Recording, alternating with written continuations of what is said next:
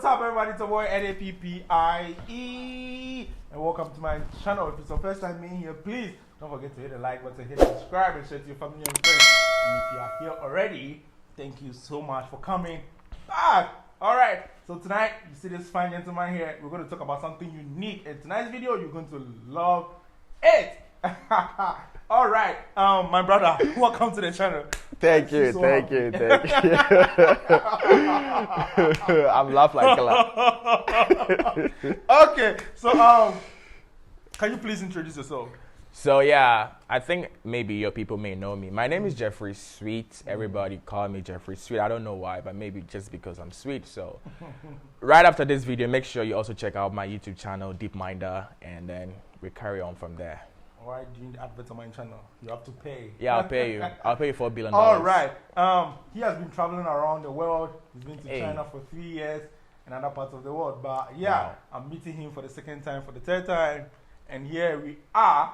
So my brother, how many countries have you been to so far? I actually didn't know that I've been traveling around the world by myself. I didn't know by myself, but he knows. You've been to like 3 countries so far? Yeah, China is my third country. Yeah. Yeah, I've been in Egypt and in India and then in China. What were you doing in Dubai?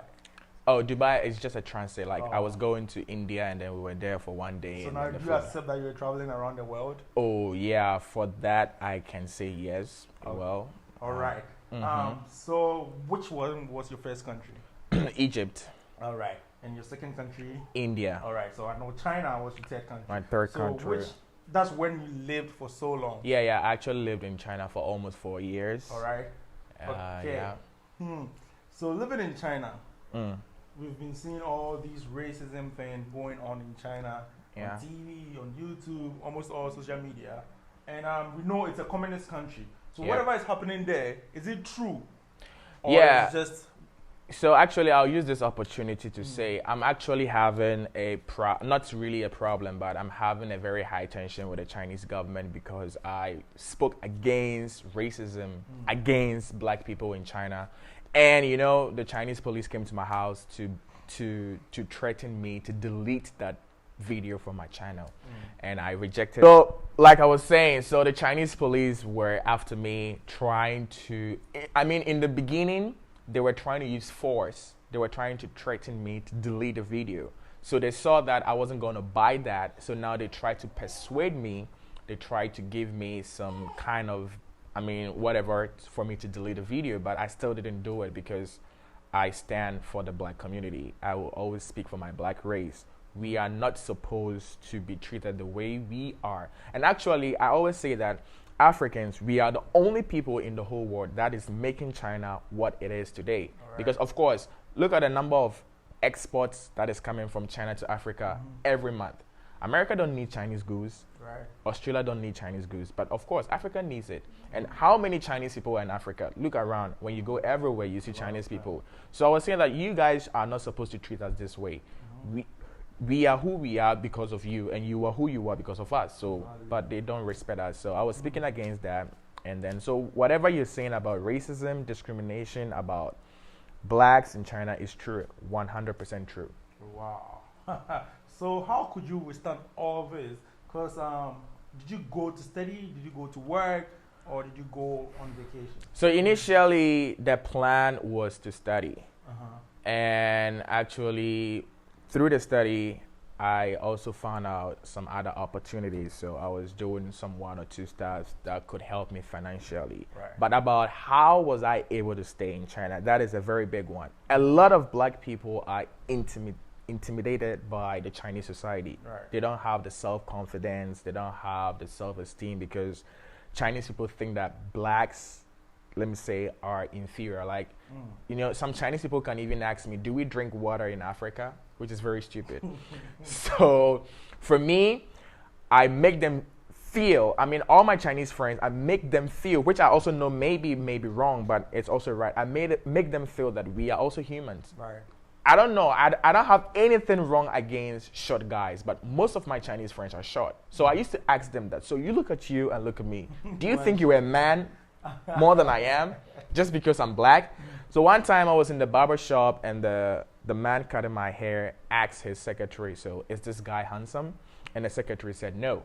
So they thought I couldn't speak Chinese. So I asked the man that, so why do you think I'm ugly? Is it because I'm black? And is it because you're Chinese? And he laughed. And so I stood up and I told him, like, look at you and look at me in the mirror. Look at us. Just be frank with yourself. Look at the two of us. Who do you think is handsome? And he started laughing. So yeah. So for Chinese people, I have the tolerance and then I have the patience to stay with them. And I educate them every day. I tell them a lot about Africa, but it's still not working anyway. Wow. Okay, we'll come back to that story again. Okay. But my question tonight is, in every country you go, there are good and bad people. Even in the neighborhood, there are good and bad people. True. So you've worked with so many people, schooled with so many people, different race, Chinese, and all of that. Do you think they are mentally psyched not to change, or they are willing to change with the people you've met, especially with the Chinese? So that one goes back to the government. So Chinese are, let me say, are programmed to think in one way. They cannot think elsewhere. Like, for example, there are a group of Chinese families who wouldn't allow their daughter get married to a foreigner, number one. Secondly, get married to a black person. So if you're a foreigner and you're black, it means you're disqualified. So they are programmed. No matter how good you are, so far as you're a black person, you are not going to be accepted. But some Chinese can be good.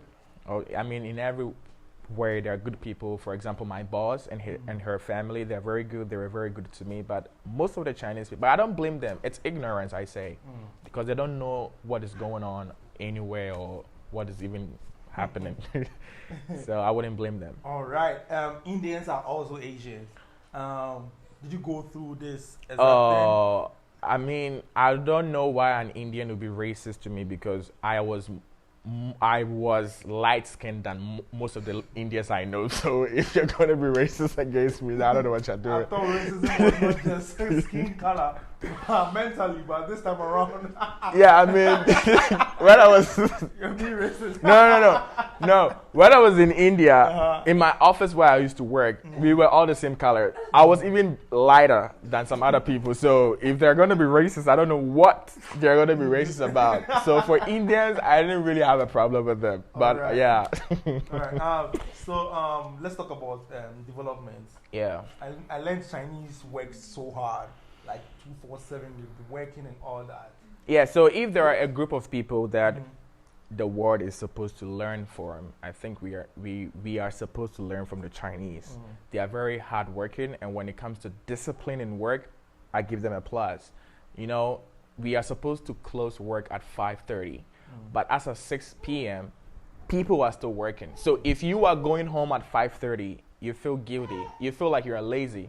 So you also have to sit around and also work. So yeah, for hard working, for development, for that, I don't have a problem with them. They are doing so good. Yeah. So do you, one more question. Do you think the Chinese is taking over Africa? Well, or do you think Chinese will take over Africa? They are thinking they will take over Africa, and it's rather unfortunate. Most Africans has also accepted the fact that Chinese are taking over Africa. Maybe they can, but not with this kind of generation coming, because me, you, and some other people that we know, we are not going to allow that. Yes, so one boy called Cassius, who would never allow that. Yeah, so we are not going to allow that. So far as we are here, that's not going to happen. We stand for peace. We stand for the black community. Yeah. Your last words to your people out there. But before you come to your last words, tell me one of the most happiest thing you went through in China with Chinese people. So, in as much as black people are disrespected in China, in some other ways, Chinese people also turn to love black people, especially when you are taller. They have the perception that all tall black guys are Americans because of the American NBA.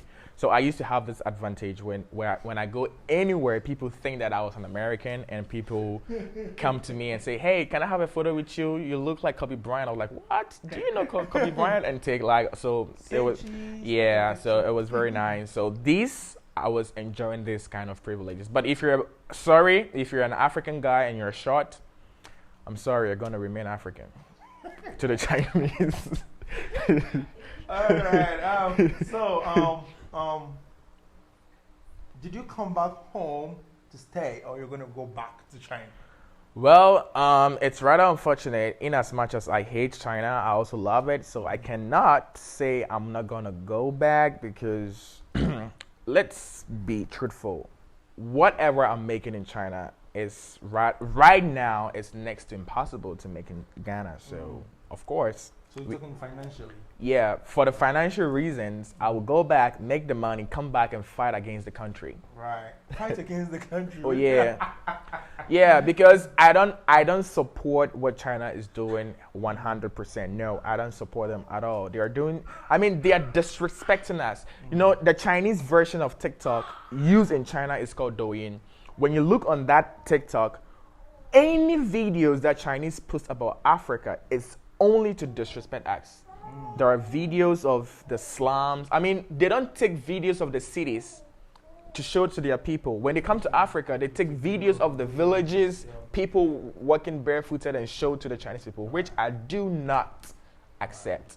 Right. So for that, I think it's our own people that fabricate that, help the Chinese to go through the villages. But the Chinese comes to Africa, he doesn't know anywhere. Okay, yeah. But you cannot do that in China. Like, for example, if I go to China, I cannot. I mean, China also have very ghetto places. I mean, when you see the place, but I cannot go there, take a video, and put it on the social media. I'm going to be dead in 24 hours. Yes, it's a communist country. Yeah, so for that, we are going to fight against it, I promise. So yeah. So in as much as all these problems, all this racism thing, every problem going on, there are positivities.